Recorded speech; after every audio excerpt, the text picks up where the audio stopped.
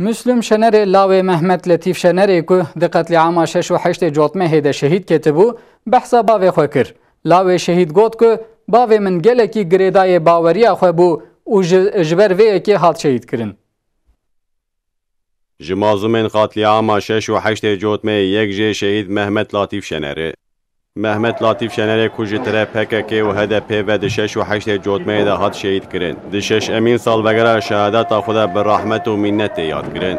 Lawê şehîd Müslüm Şener bahs û qala wan rojên tarî kir. Şener got ku ji ber bavê min gora PKK nekir û ne li gor fikra PKK bû hat şehîd kirin.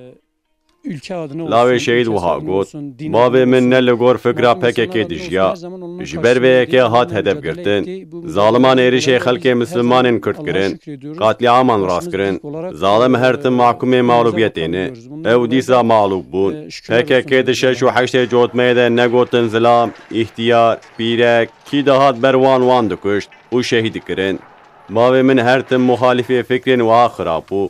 Her tim di vî warî de hişyariyan dida xelkê me. Bavê min gelekî girêdayê dînê xwe û baweriya xwe bû. Her tim bi qerar bû û neditirsiya. Daxwaza wî şehadeta diriya Xwedê Teala de bû. Yani Yasin Bürü olsun, diğer arkadaşlar olsun. Lawê şehîd Mehmet Letîf Şener got ku şehîdên 6 û 8 Cotmehê û bavê min ji bo me bû numûne û xweş mîsalên mezin. Ew mîrasên mezin in ji bo me. Yani örnek veriyorum, babam bir toplumda oturdu.